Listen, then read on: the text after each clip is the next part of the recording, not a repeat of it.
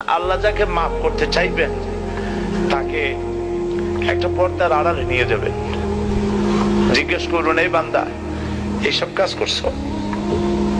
এখন আল্লাহ জিজ্ঞেস করতেছেন, সে তো ভয়তে অস্থির হয়ে যাবে, কেন্দ্রে পাগল হয়ে যাবে। আল্লাহ করিবেন আবার মাফ করে দাও।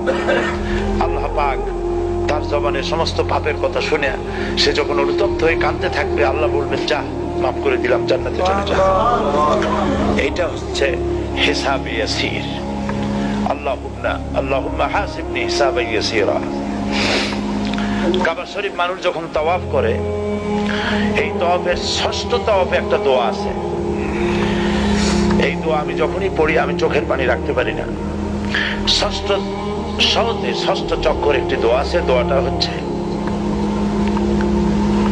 আল্লাহুম্মা ইন্না আলাইয়া হুকুকান কাসীরান ফীমা বাইনি ওয়া বাইনাক।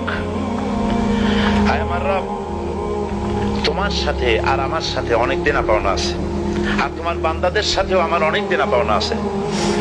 তা আমি তোমার বান্দাদের কাছে যে বিষয় ঋণী আছি, সেই ঋণ পরিশোধের জন্য তুমি আমাকে যোগ্যতা দাও, পরিশোধের তৌফিক দাও। আর আমার কাছে তোমার দেনা আছে, তা আমার কাছে তোমার যে দেনা আছে সব দেনা তুমি শোধ করে দিয়েছো। আমার চোখ দিয়েছো, মুখ দিয়েছো, কান দিয়েছো, স্বাস্থ্য দিয়েছো, বউ দিয়েছো, বাচ্চা দিয়েছো, টাকা দিয়েছো। আমার কাছে সৃষ্টি করে তোমার যা দেনা ছিল তুমি সব তো শোধ করে দিয়েছো, কিন্তু তোমার দেনা তো আমি কিছুই শোধ করতে পারিনি।